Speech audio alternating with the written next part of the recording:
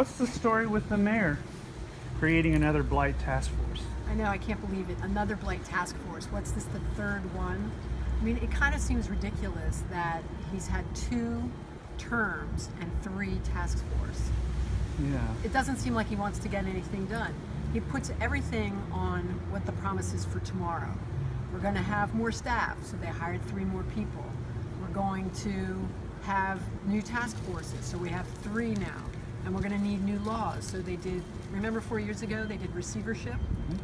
They've never passed one thing under receivership. Yeah.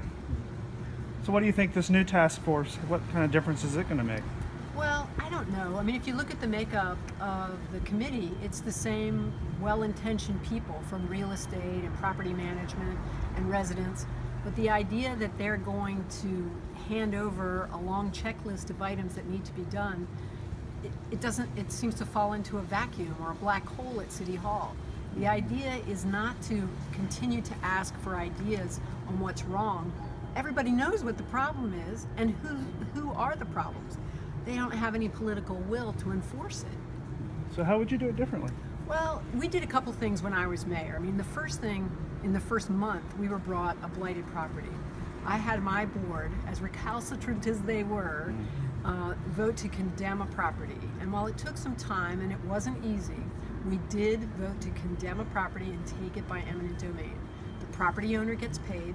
So that's not the first thing you want to do, but if you have somebody that you've gone through the process with, you have to be willing to step up and put your money where your mouth is.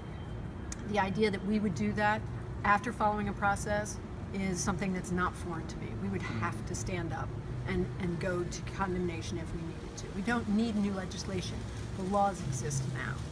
The other thing I would do is, I brought this up 4 years ago, is the Code Enforcement Board.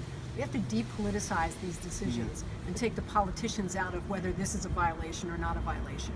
The staff makes the ruling, and if somebody wants to appeal it, they would have a board like the Historic Preservation Commission or the Planning Commission to follow a legal process. So everything doesn't have to end up in court, but we're still getting compliance with the law, because that's the goal, right? To have compliance. But we're just dropping things into a box and hoping for the best at this point. And the other thing is, I would bring the neighborhood advisory councils, the NACs, back into the process, because blight doesn't just happen in the downtown, and we are not hearing from our NAC leadership because they don't feel like they're being heard.